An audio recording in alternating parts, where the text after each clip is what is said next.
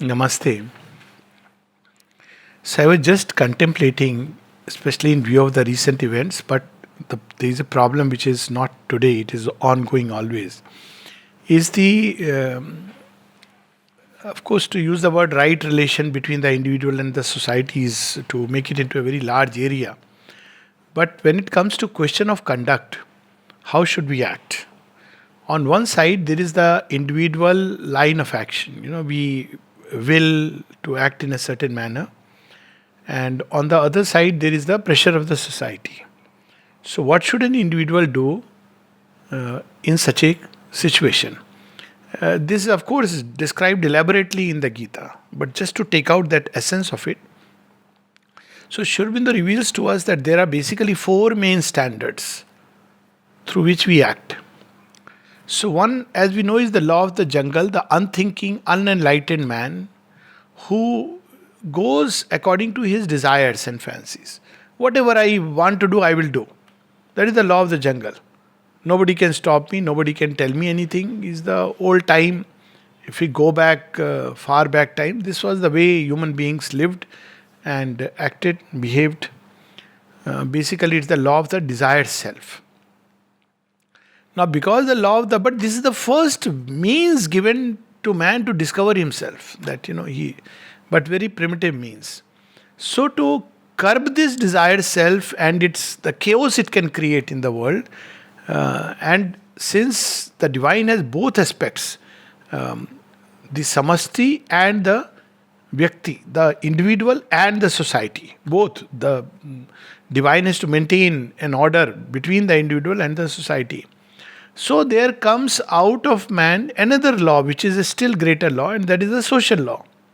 Social law means you can't just live life according to your whims and fancies. There is something like a social order, and the society decides. And it can go to an extent where the individual choices have to be crushed under the social compulsion.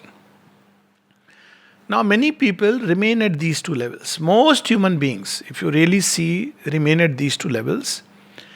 And the mother said, if you are at this level, you are not ready even to set your foot on the path of yoga. And she gave this in context to a particular lady, disciple, who was very much revered by people within the ashram context. And then she became friends with someone and started living with the person. And immediately everybody started shunning her. That, she's a bad woman, or see, look at her, we thought something, and such like the usual standard practices. And then when this happened, then Mother describes, she says, when such things happen outside, I can understand, but when it happens here, it still shocks me. What is she speaking about shocking? Not about the woman living with the man, but about the reaction of people. She says, it still shocks me. And she says, people started shunning for no reason. I mean, she doesn't even consider it as a reason enough to even think anything about her in whatever terms. And then at the end, she says, those who are still in this stage of social evolution are not really ready to set their foot on the path of yoga. So this too is the most prevalent all over the world. Generally, we'll see either a man driven by his desires or a man who is, there is a social compulsion. So what most human beings find, they find a way to find a balance between their individual desire life and the society. So they do still are driven by their desires, but they will make sure that it is the social picture is picture perfect. So that's how all kinds of even tendency towards sin and all this comes because of that. And this is the way most people find a balance. They find release in their desired self, its tendencies, or if let's take money. They want to earn a lot of money by wrong means, but they want to maintain a good image in the society, because if you are like this man Choksi, or if you are caught, then your reputation is damaged. So they find ways and means to cheat the system and wear a nice facade. They will donate a lot for all kinds of causes to maintain a social order. At the same time, under the social order, their life is running the same life of the beast. to jungle life.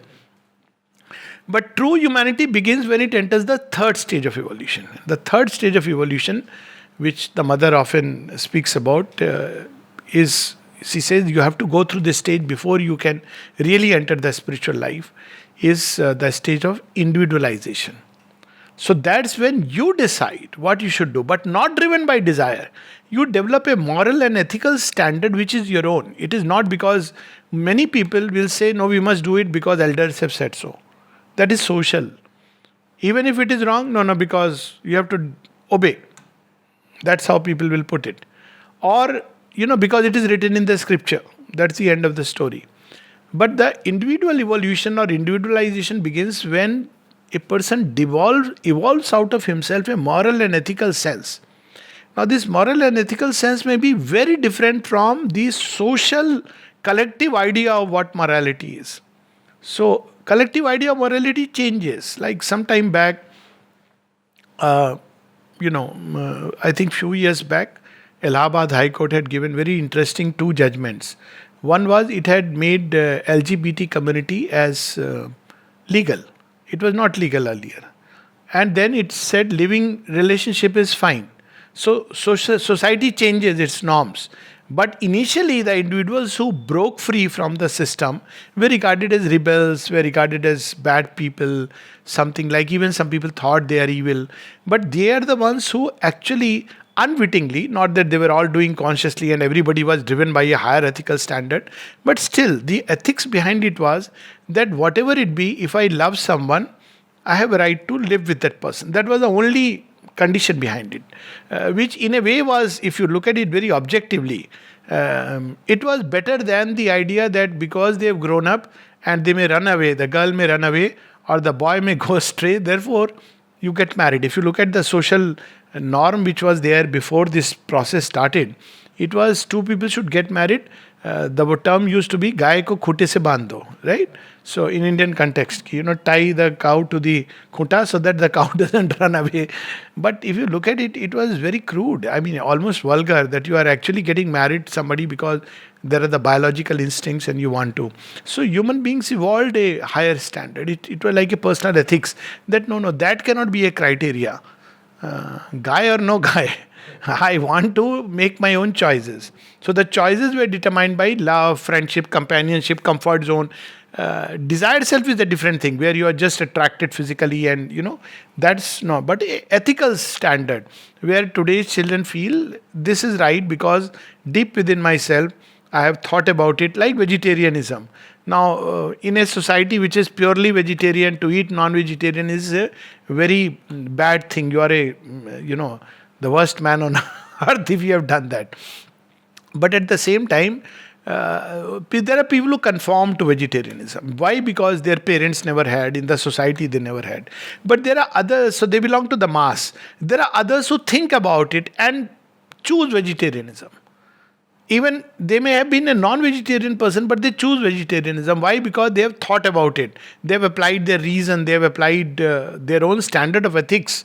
And therefore they choose to be a vegetarian. So see the difference. Outer action may be absolutely same. But inwardly there is a shift from the collective to the individual. So this is the third stage where human beings apply an ethical sense to curb their desires, at the same time to discover a standard of conduct according to which they must go through life. And that standard may or may not be in conformity with the social standard of an existing time. This is a very important stage, and Mother speaks about it in detail about this whole process. Says if you are not an individual, you are not really ready for the yoga. This is the other way of saying if you are still living by social norms, you are not ready for yoga.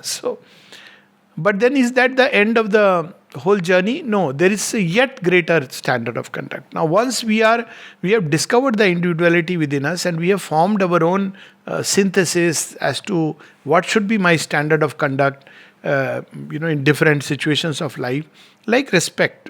The social thing is you must give respect because somebody is elderly. Even recently, I heard this statement from someone. But we must respect the elderly. I said, when I was 15, I discarded this idea. Because one doesn't respect somebody just because of age. Respect has nothing to do with that. Respect has to do with somebody's inner stature, about who the person, what the person is inwardly. And even if a child is that, one should be willing to touch the feet. Now, this is a standard of conduct which, as a child, I was, thinking about that.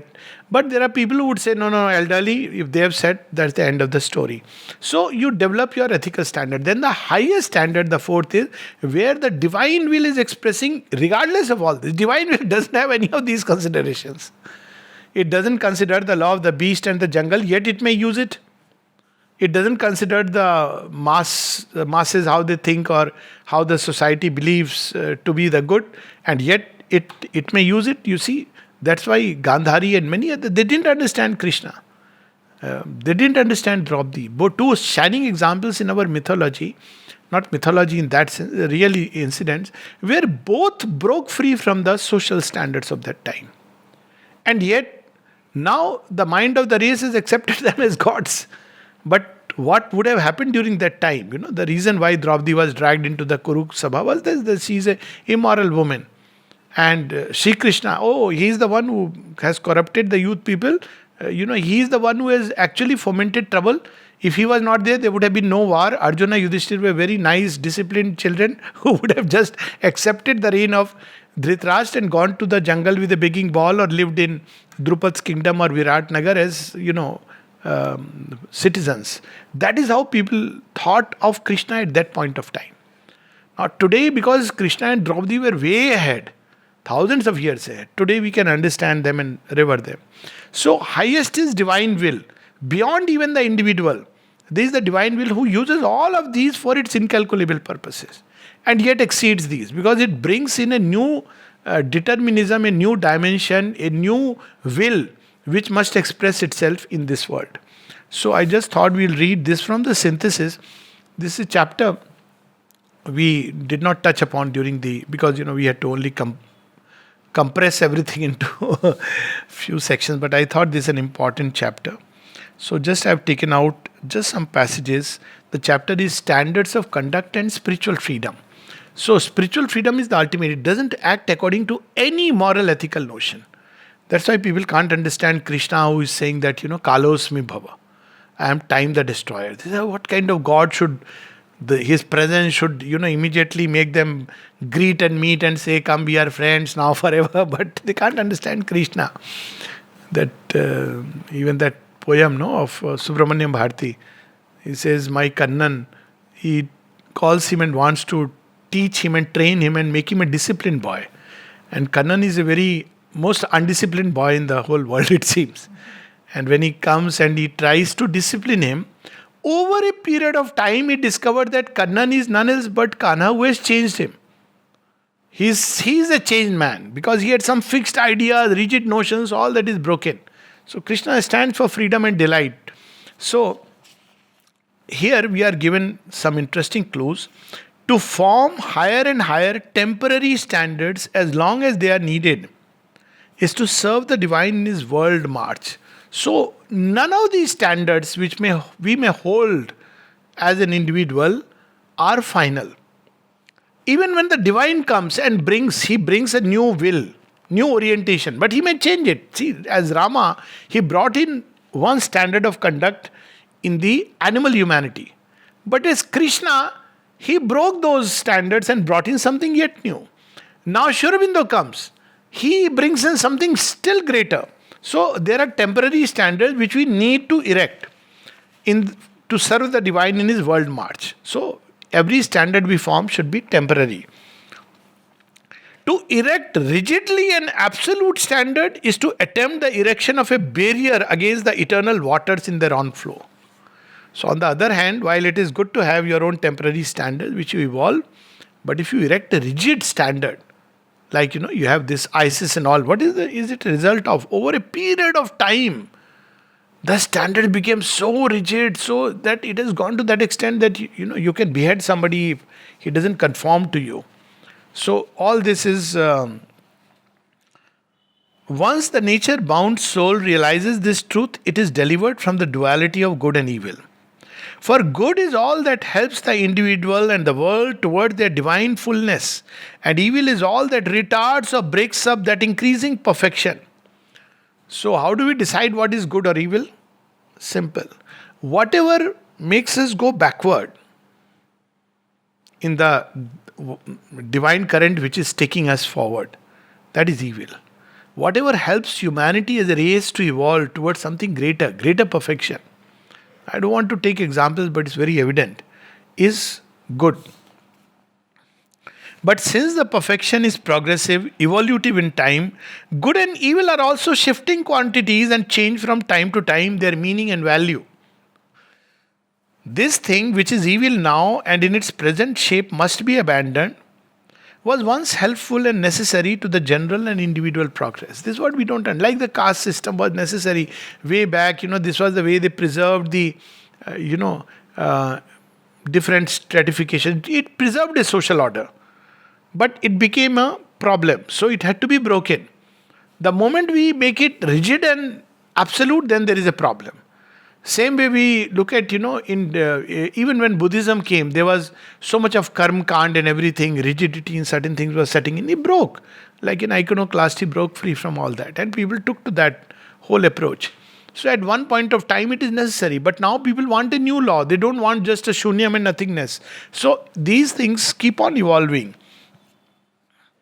One example, that extreme example that Nalnida writes in one of his, writings, it can be very almost shocking to a mind which is completely modern frame. That long, long back, maybe 10,000 years, when primitive humanity had just come, there used to be even human sacrifice. Why? It was the way of telling that you may be very good everything, but look here, society is greater. So it was the way they curbed the entire desired self of the individual life, that whatever it is, if you don't conform, you will be, because that was an age when people were living driven by their instincts, and they went across. So but today it is something horrifying. Even in war, now we talk about war crimes. And there was a time when it was, if you look at even the times of, Ramayana and Mahabharata, nobody had a, war crime tribunal or things. We have evolved, Somebody could in an anger take out the talwar, bow and arrow and shoot and finished. Today you shoot a monkey. You see, animal right activists will catch you. How can you do that? So those who think that world has not evolved, they must understand that divine is in the world, so it is evolving, which is very good. And on the spiritual level, we transcend even this distinction, for we discover the purpose and divine utility of all these things that we call good and evil. He uses everything. Then have we to reject the falsehood in them and all that is distorted, ignorant, and obscure in that which is called good, no less than in that which is called evil. For we have then to accept only the true and the divine, but to make no other distinction in the eternal process. So even when we make absolute standard, rigid standard, this is good, there is nothing like good for all times. It itself shifts as we grow and evolve. Now new dilemmas human beings are facing, for instance, with regard to euthanasia. Is it murder? Is it suicide? Is it mercy killing? All these capital punishment, at one point of time it was a way of life. Now people are beginning to look at it differently. Subjugation of women in a time when there were constant invasions. It was a way which was meant to safeguard. Obviously it turned into horror. In India particularly you can see, because it was constantly invaded. But now it's no more needed. So there is a liberation, freedom which has come. To those who can act only on a rigid standard, to those who can feel only the human and not the divine values, this truth may seem to be a dangerous concession, which is likely to destroy the very foundation of morality, confuse all conduct, and establish only chaos. Read only this much and see the meaning will change with the next sentence. That many people say, what is Lord advocating? That, good and evil both, and beyond good and evil. If the choice must be between an eternal and unchanging ethics and no ethics at all, it would have that result for man in his ignorance. If ethics is something fixed forever.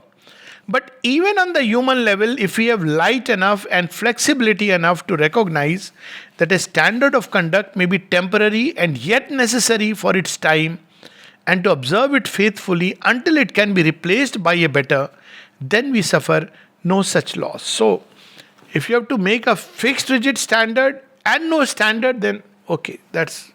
But this is the beauty of Sanatana Dharma, that it admits evolution. And it admits that there is a progressive manifestation. This is unique to Sanatana Dharma. Even the profound Vedantic philosophies which are there in other offshoots, they don't speak about it. It's in Sanatana Dharma that you speak about evolution. And therefore, even the Chatur Varnya and the four ashramas, you can see it is an evolution from childhood till the seasons of life. I don't want to use the word old age. But different seasons of life, the dharma changes. It changes from one level to another. So, there are four main standards of human conduct that make an ascending scale. The first is personal need, preference, and desire. This is the lowest. Selfish life. I want it like this. That's the end of the story. Meri marzi. My desire, my kamna. This is the lowest standard. The second is the law and good of the collectivity. The third is an ideal ethic which you evolve from within. The last is the highest divine law of nature.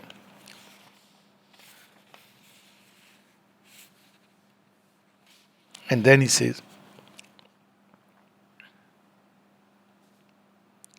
the existence of a social law external through the individual is at different times a considerable advantage and a heavy disadvantage to the development of the divine in man. How beautifully Sri Aurobindo gives a very balanced, synthetic view of life.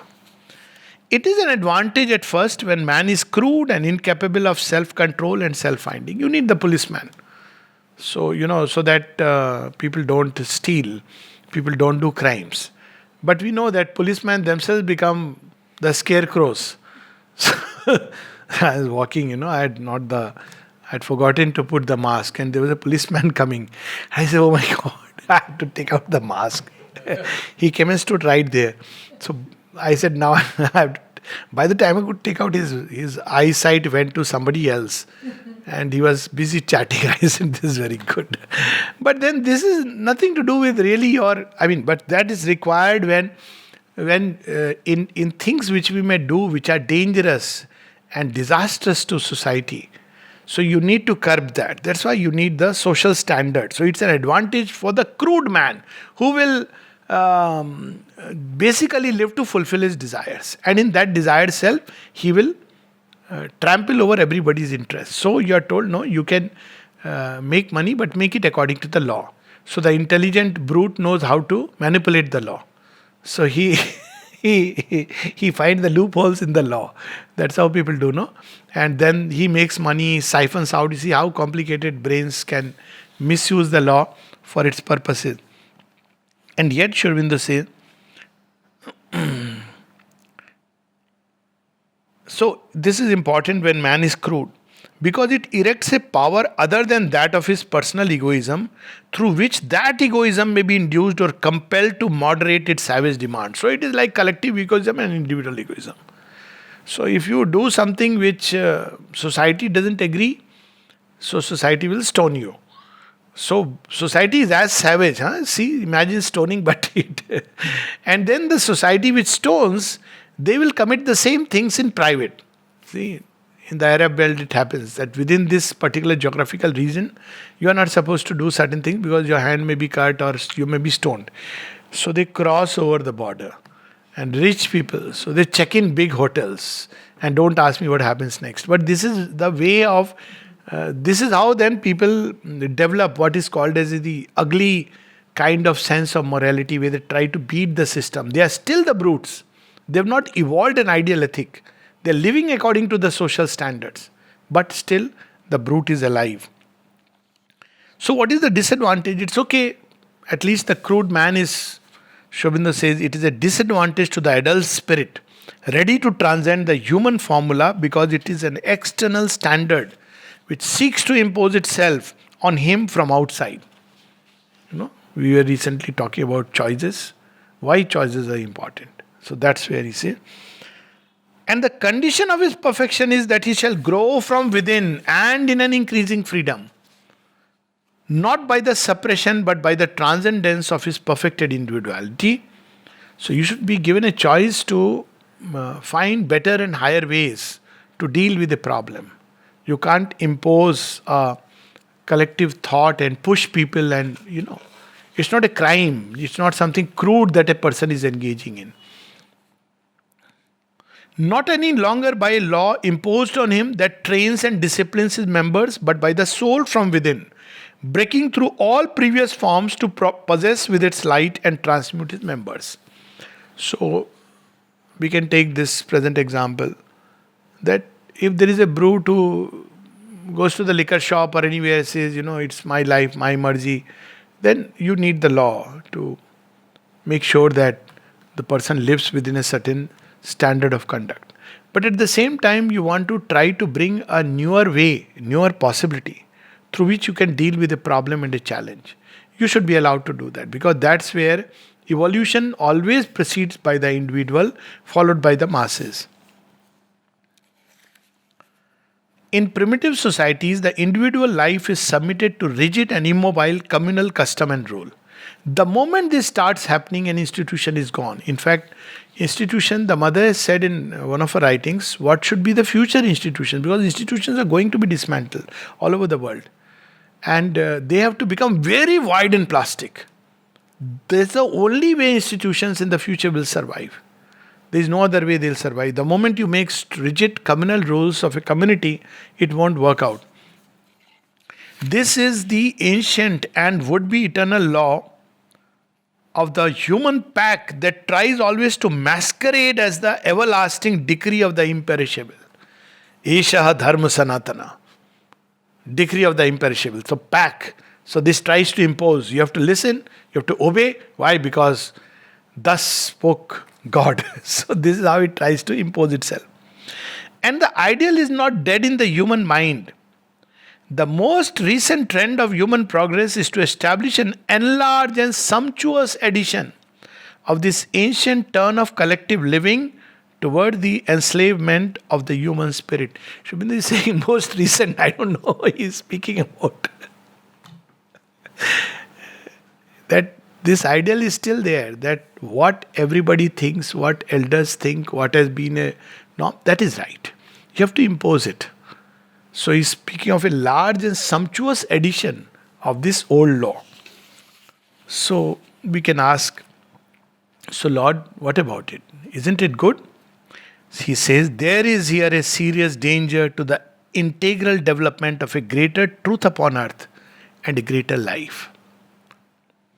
For the desires and free seekings of the individual, however egoistic, however false or perverted they may be in their immediate form, contain in their obscure shell the seed of a development necessary to the whole.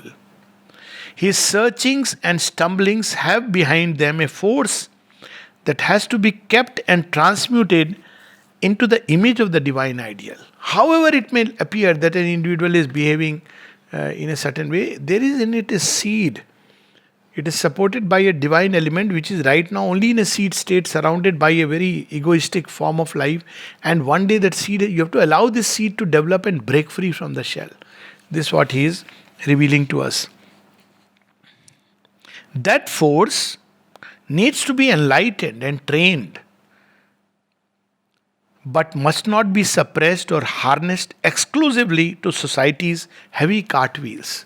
So there is this force within us which is trying to express in an egoistic forms, even through the desired self in an individual. You need to train it, regulate it, but not to suppress it under a heavy cartwheel of society. I was just sharing, I think, yesterday, a few days back, one lady, she had a very interesting anecdote with the mother. She felt love for someone and she asked the mother, what should I do? Mother gave a very interesting reply. She said, one should never stifle love, ennoble it and refine it. Just imagine, she gave an answer which never stifle. If it comes to you, ennoble it and refine it. So this is how Sri Aurobindo guides us step to step. Individualism is as necessary to the final perfection as the power behind the group spirit. The stifling of the individual may well be the stifling of the God in man. To what extent he is going? If you stifle it, it is to stifle the God in man. And in the present balance of humanity, there is seldom any real danger of exaggerated individualism breaking up the social integer. He says that is not a danger. But there is a danger that society may revert back to a state where everything was by external compulsion. And that's what he describes in Savitri, where he says that there is a just exact machine where everything is in a perfect order, built by reason, things have to be like this, like that. Until if the spirit in man, okay, I know the place so I can find it, not an issue since we are speaking about it. Kingdoms of the Little Mind. So this is, since we are speaking about it, we can just quickly. Here it comes. He describes this in Savitri in this way.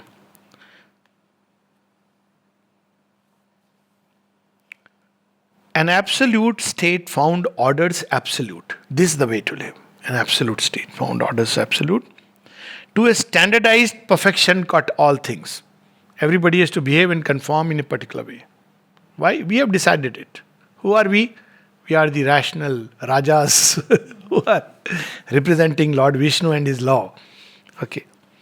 In society, build a just, exact machine, then science and reason, careless of the soul. It's very relevant. Then science and reason, careless of the soul, could iron out a tranquil, uniform world. Where soul and all this faith, leave all this. Act according to what reason and science tells us. Okay? Aeonic seekings glut with outward truths, and a single patterned thinking force on mind, inflicting matter's logic on spirit's dream. See, does it sound relevant and contextual? I am not speaking anything. I have not uttered the word vaccination. Okay? But look at the language. So, how can you ignore when you have read all this that look what's happening? It is in the little mind. Look at the lines and you connect with it. Inflicting matter's logic on spirit's dreams. A reasonable animal make of man and a symmetrical fabric of his life. This would be nature's peak on an obscure globe. The grand result of the long ages toil. Quite a bit of humor here, huh? Earth's evolution crowned, her mission done. This what we want or something else. So might it be if the spirit fell asleep. If this were to happen, then it would mean that forget plans of evolution, go back to that age when there was a stand. See, this is the Western model of society. What is it? It is this standard perfection. That's why in the 60s the revolt came up. We want no education, all these things came up because it tried to iron out everything. Reason, systems, science. This is the new Godhead. Religion is blind, superstition, faith is all nothing. You have your faith in your house. But here you must follow. Society, this is the way. So it is already broken.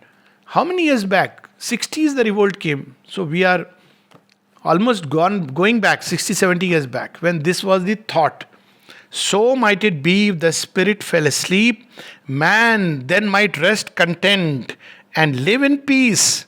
Master of nature who once her bondslave world worked, the world's disorder hardening into law. If life's dire heart arose not in revolt, if God within could find no greater plan, but many visaged is the cosmic soul, a touch can alter the fixed front of fate. A sudden turn can come, a road appear, A greater mind may see a greater truth, or we may find when all the rest has failed, hid in ourselves the key of perfect change. Everything is seen, foreseen, and given us. So we read this last line that on one side he says that exaggerated individualism is not really a danger in modern context because already there are checks, balances plenty. But there is continually a danger that the exaggerated pressure of the social mass by its heavy, unenlightened mechanical weight may suppress or unduly discourage the free development of the individual spirit.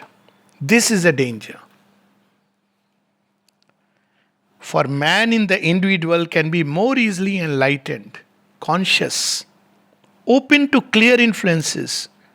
Man in the mass is still obscure, half conscious, ruled by universal forces that escape its mastery and its knowledge.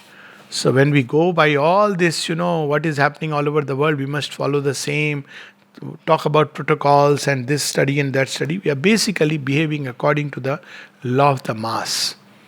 But when you want to discover a greater truth, a greater possibility, then you are taking the road to evolution. It has its dangers, both have this danger, but Sri Aurobindo says this is much less dangerous. And that, if it succeeds, it stifles the growth of the individual. Because it's a small little experiment. Viruses also, these forces also do a little experiment. Let's see, can we go back to an era where the individual is over and there is only the society which decides things. So these forces want to put us back step by step. And then, when the heart of man revolts, there are few who break free from that. And that's where lies the hope for human evolution from man to the being beyond man. Namaste.